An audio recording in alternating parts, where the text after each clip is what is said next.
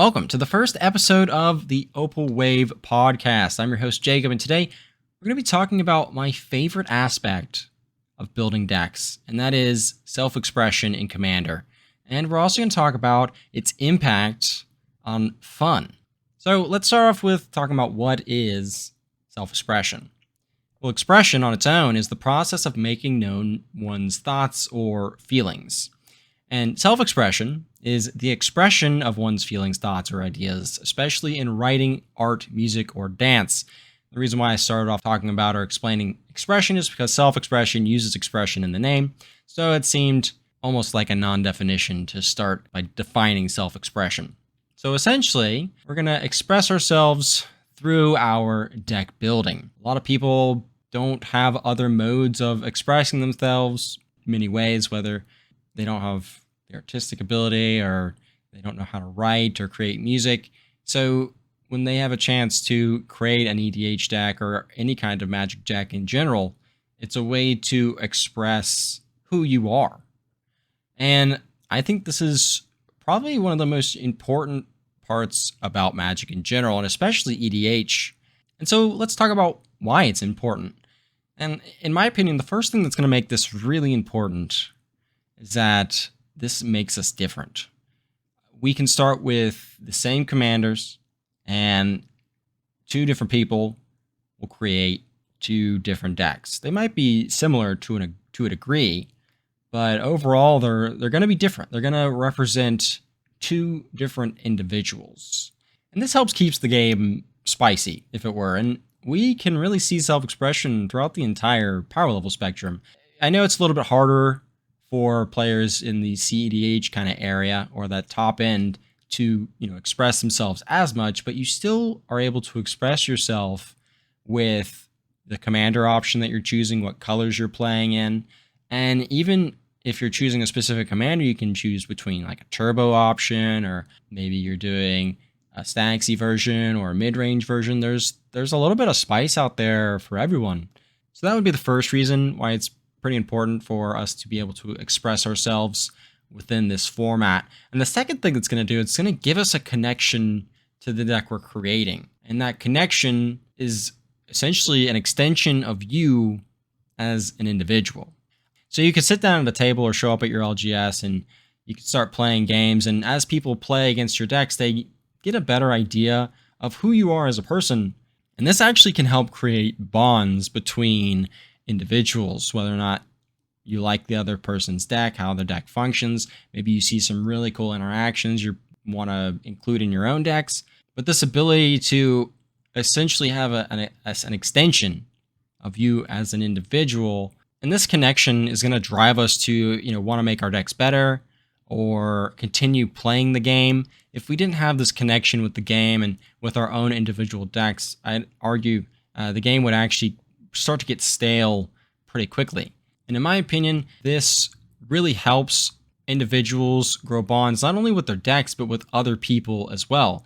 I'm sure we all have really great memories of people that we played with once or twice, or maybe once and never again, that had these like really cool decks that you're just going to be able to basically remember for a really long time. Now, obviously, we could look at this at face value and say, no, this is all really good. Being able to express yourself is really important, especially within EDH. Being able to build the way you want to build is really important. It gives you an amount of agency over your own deck building. It also incentivizes you to put more effort into the deck you're building because of how it's going to represent who you are. Now, while there are a lot of positive aspects of self-expression in Commander, I do think that the way that Commander is set up creates a really weird balance where it's almost like, not to put it in terms of like legal rights, but like one person's right to do something can't infringe on someone else's right to do something. So with these rights, we also have things that we can't do. So when we're playing EDH, and especially when you're using a more traditional mindset, there are specific cards or boogeyman that you're not really supposed to play. We're talking about stacks can be boogeyman, or maybe some MLD or comboing too fast. A lot of these things are looked down upon within the EDH community because of the way that EDH is set up. It's not set up in a way to allow full self-expression within deck building. You can express yourself, but only to a degree, right?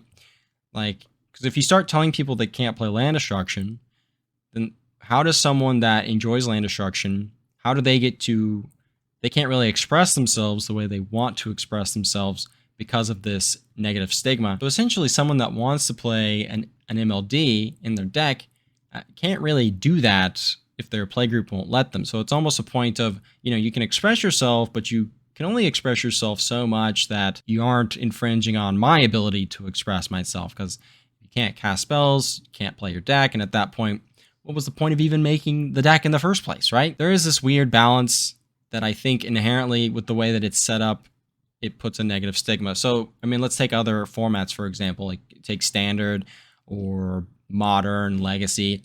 All of these formats are designed for players to win.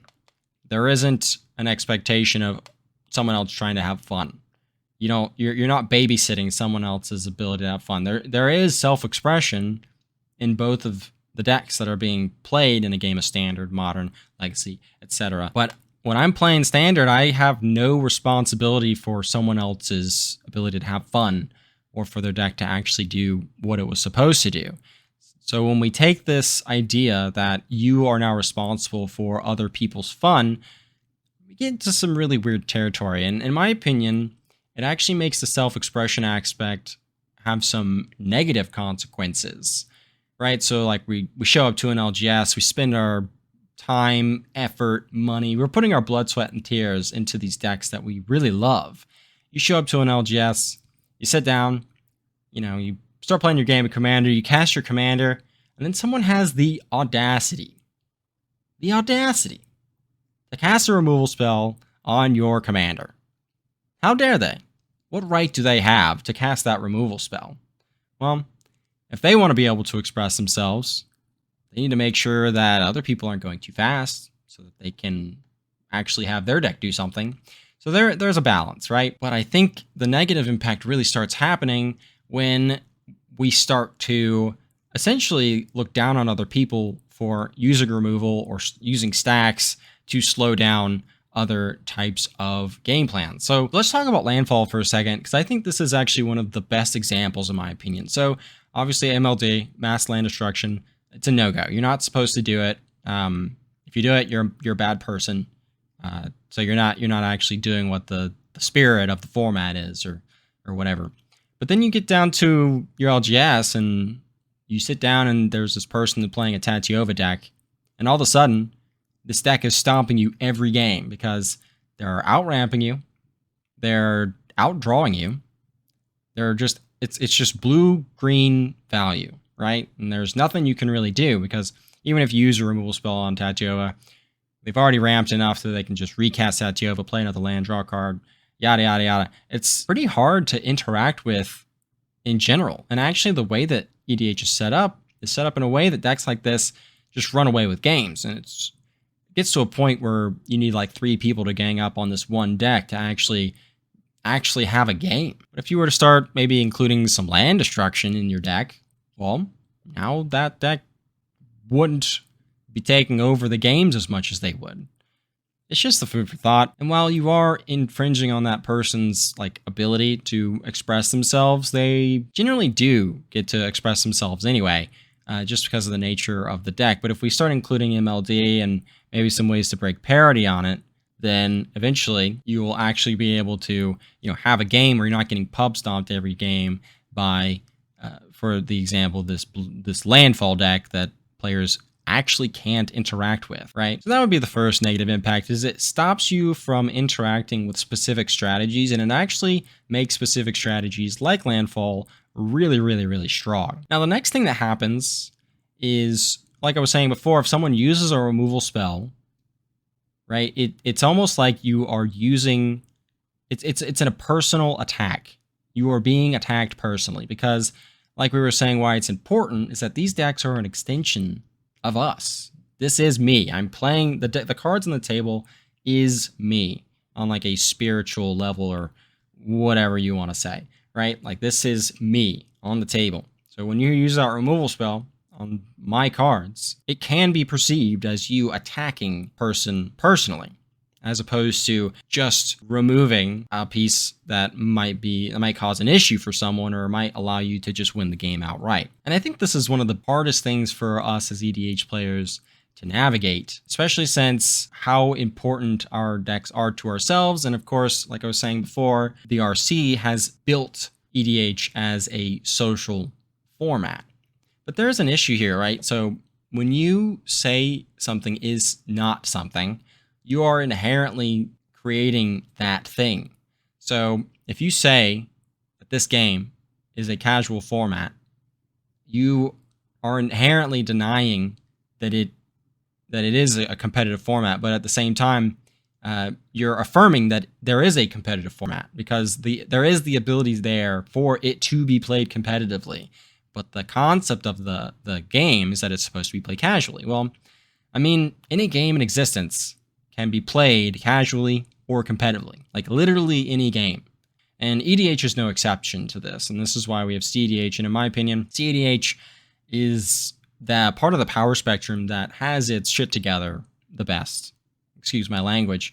They know what they want. They know what they're looking for. There's, I guess the worst part about it would be that, sometimes people get dogpiled on because they aren't running, quote unquote, the best cards in any given slot. But at the end of the day, these decks can still function within that space. And I think there's something else that CEDH players do that I think, especially for me, when I started to play CEDH and I started moving back and forth between CEDH and regular, more casual EDH, is that I started to realize that, even though this is my way of expressing myself, we're still playing a game. Even if I'm playing it casually, there's a point to the game. The point of the game is to win, right? And how you go about doing that is, it's the adventure of getting there, right?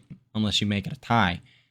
But at that point, you might as well just fan your deck out and show each other your cards. If that's all you want to do is see each other's cards, then you should talk about your decks for the next 40 minutes. You don't even need to play a game at that point. Once I started to realize that, I stopped taking people interacting with me and my stuff as less of a bad faith kind of thing. I stopped assuming that people were removing my things because, they didn't like me or because it was some malicious intent. I had to remove, to a degree, the personal attack that can be felt when people remove your cards.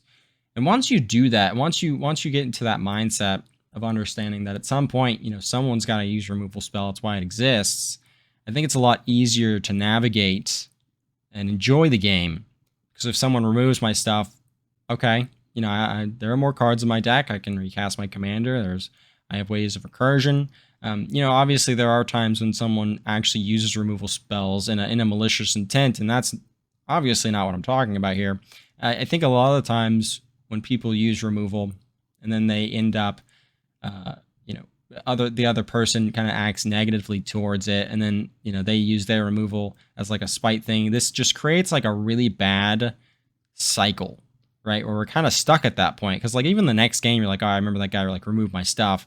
But if you can, and I think a way to kind of get around that is when you're using your removal, try to explain why you're using your removal and get around. And because if you just use your removal spell and you don't really expand on what you're doing, it's a lot easier for people to just kind of assume that you're doing it out of malicious intent. It's no, it's I actually, if you can actually go about saying no, this is what I think is the best play for the game. I think removing this is the best, it gives me the best chance of winning the game. And I think if you can kind of frame it in that way of hey, I'm just trying to make optimal plays in a non-condescending way, I think that'd be a really good way to kind of get around this issue of using removal on other people's stuff or stacking people out or, whatever it is. Now, in terms of getting back into, my ability to have fun can't infringe on someone else's ability to have fun. I think there needs to be some kind of paradigm shift, in my opinion, for EDH as a whole. I think we need to stop babysitting other people's ability to have fun. At the end of the day, we don't need to be just like monsters to each other. We still want to be cordial. We still want to have a good time. But there's nothing wrong with being a little bit of competitive in your play group. And I understand that's really hard for a lot of individuals to do, just because when you're first introduced to this game, it's just pounded over and over and over again that this is a casual game. You're not supposed to do X, Y, and Z. And if you do these things, you're just a bad person. Like, you're actually you're creating this negativity inherently when you do this. You're not actually making the format better. You're just saying this person's bad because of how they want to express themselves in a game of Commander. And I'm not too sure if that's appropriate. Honestly, I don't think that's a great way for us to move forward and actually have good and fun games. I think some of the best games I've ever played within a casual setting is, when everyone's using removal at appropriate times. People are still trying to play optimally. It's not like we're trying to play as if we're playing CDH or anything. There's still a competitive aspect to the game. And they're not doing it through cheap tricks through deck building. It's not like they're making their decks too powerful or anything. They're making their decks appropriate to the power level of everyone else at the table, but they're just trying to play optimally. Now, as far as talking to your play group and trying to get everyone on board, I'm sure it would be pretty difficult overall to convince other people to start thinking like this. Overall, I think it's going to start with very small inches.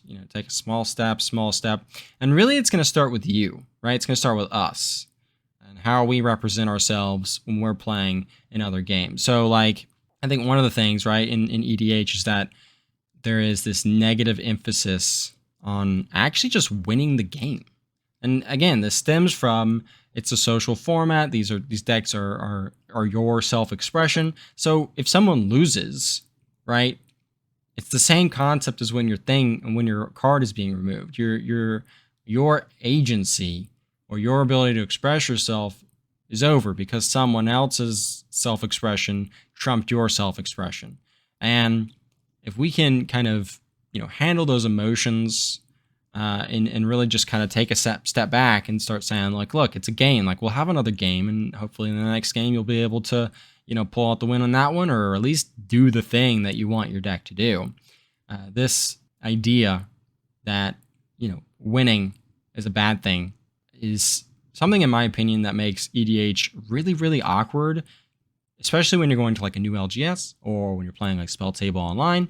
It gets really weird. So, in my opinion, a really good way to get around this or to kind of navigate this is, like I said, it starts with us. If we lose a game or someone uses their removal in a specific way, we can actually tell that person, hey, well played on that removal spell. Well played during the game.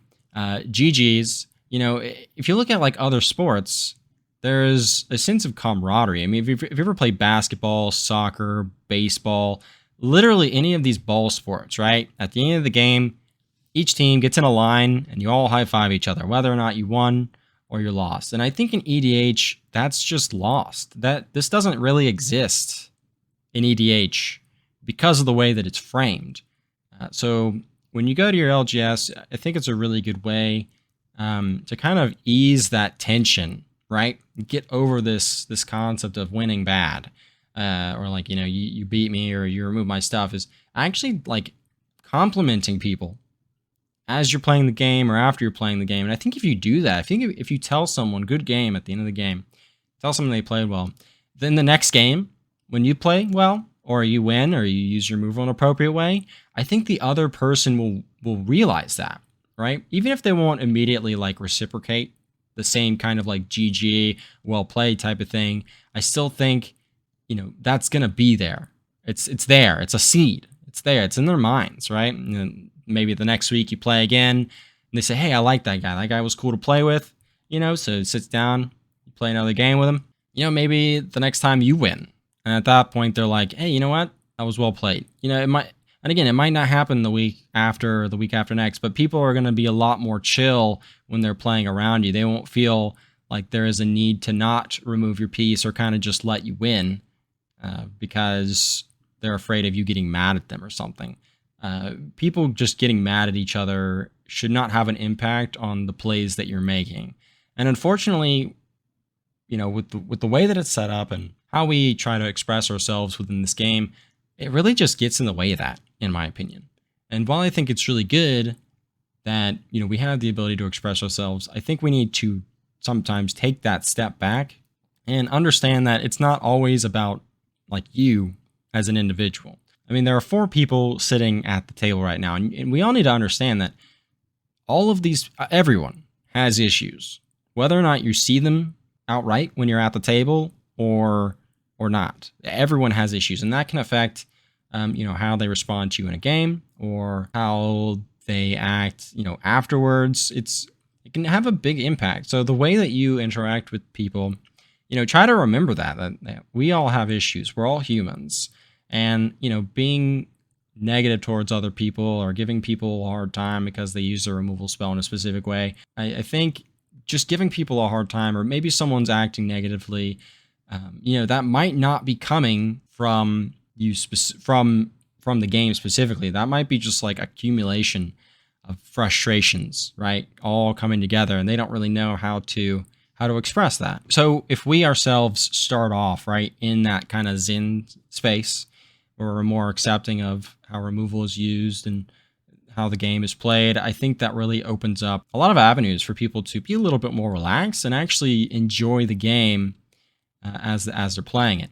So that would be like the first step in terms of trying to convince other people. I don't think it's going to be more in like how we as individuals act when we're actually playing the game, as opposed to like trying to have that conversation about, like, hey, you should just be more relaxed, or it's just a game. Like, I don't think these things I think they fan the flames a little bit more.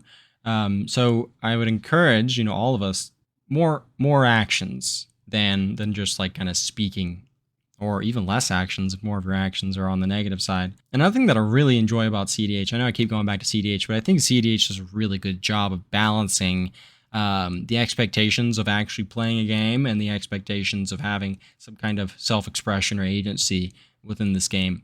In CDH, when people use removal in a specific way, or they make a certain play, at the end of the game, people are always really curious. They'll say like, "Hey, why did you use this removal in a specific way?" Or, if you remove this, I just didn't understand.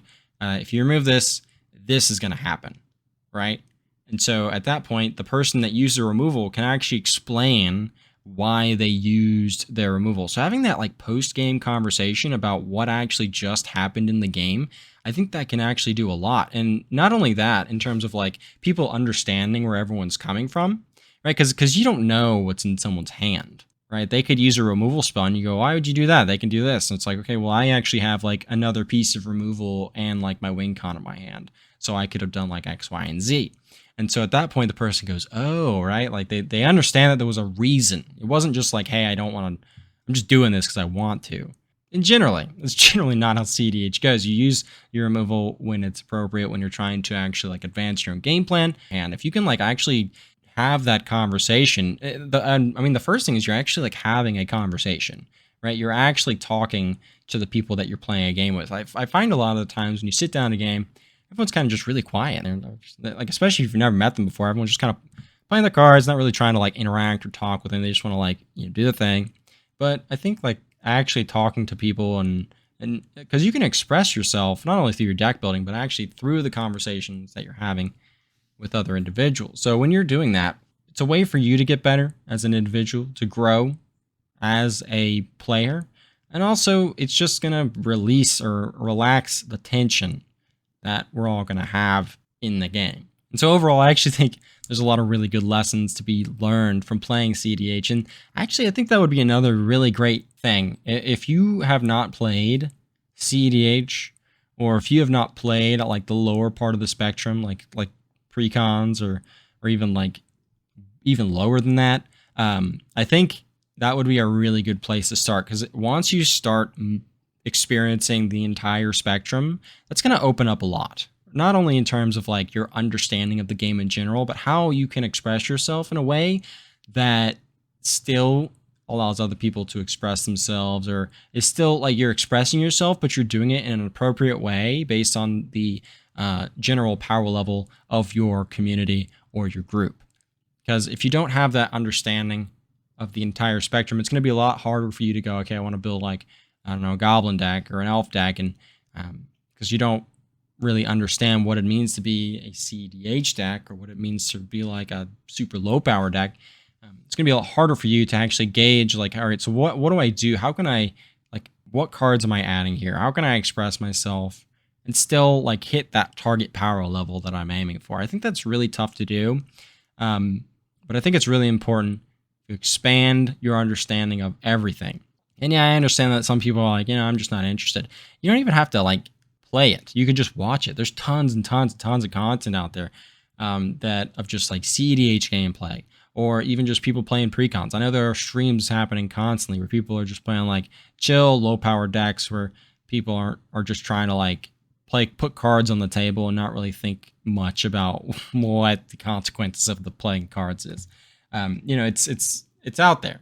You can experience it. You don't actually have to like build a deck and play it. You can actually just go and check it out for yourself. So that would actually be another way I think we as a community could get a better understanding, and it'd be a better way of communicating not only like what our decks does, but give ourselves more room to express ourselves in deck building. And of course, I don't mean to like rag on the RC and their vision of the game. I just think that when they frame it in the way that they are framing it, it's not actually healthy for the format and how we actually approach building decks, communicating with each other, interacting with each other, how we handle removal, how we handle specific archetypes.